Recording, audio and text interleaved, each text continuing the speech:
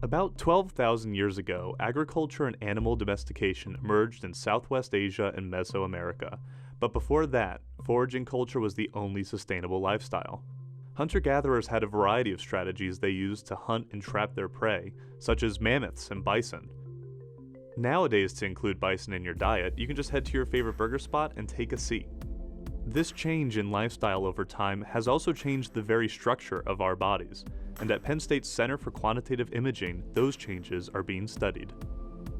My main research interests are in the variation in skeletal morphology in different primates and humans, and the relationship of that variation in bone shape and form to behavior and other aspects of primate and human biology.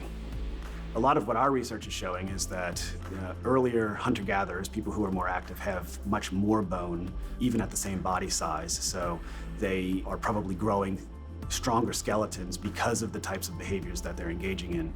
As we moved into more sedentary lifestyles and moving into the present, more recent historical times, we have less bone. And the less bone you have as a young adult predisposes you essentially to potentially getting osteoporosis or having deleterious bone loss when you are older. Learning more about these changes can lead to a better understanding of causes and solutions for modern-day diseases.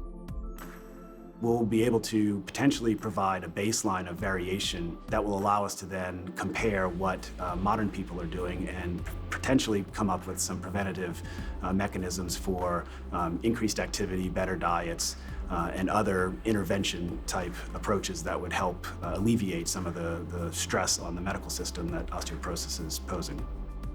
To get a closer look at the bones they study, Tim and Lily use a specially designed micro-CT scanner. So this is a computed tomography scanning system that allows us to non-destructively image the internal geometry and structure of objects, a variety of types of objects. Primarily, we're interested in both biological questions, things like skull morphology and skeletal morphology in different animals. In our lab, we're interested in bone morphology and how it changes over time, and as well as between species and different populations of humans specifically. So with the CT scanner, we're able to look not only at the outer morphology, but also on the inside to get a little bit more detailed look at the variation between populations. So what's the difference between the x-rays this machine produces compared to the x-rays you get at the dentist? Well, it's all about the resolution. If you go to a hospital or to a doctor's office and get a medical CAT scan, what you're typically doing is seeing internal structure in your body at a certain resolution, approximately 0.5 millimeter or a little bit less. This scanner is capable of going down to sub-millimeter resolutions at the level of about 5 microns all the way up to maybe about 200 or 300 microns. The research shows how our bones have changed over the course of many centuries, but it also looks at differences between someone like me, a self-proclaimed carnivore, and my friend, the proud vegan. It's been pretty clear that environmental loading has been a big impact on bone variation, but I'm really interested in seeing if there are other aspects that also influence it, like if there's socio-cultural factors that make people choose to behave differently, and if their diet changes. Dietary effects on bone are still not completely clear, and so one of the aspects of what we're looking at is that if you have very different diets, what are the effects?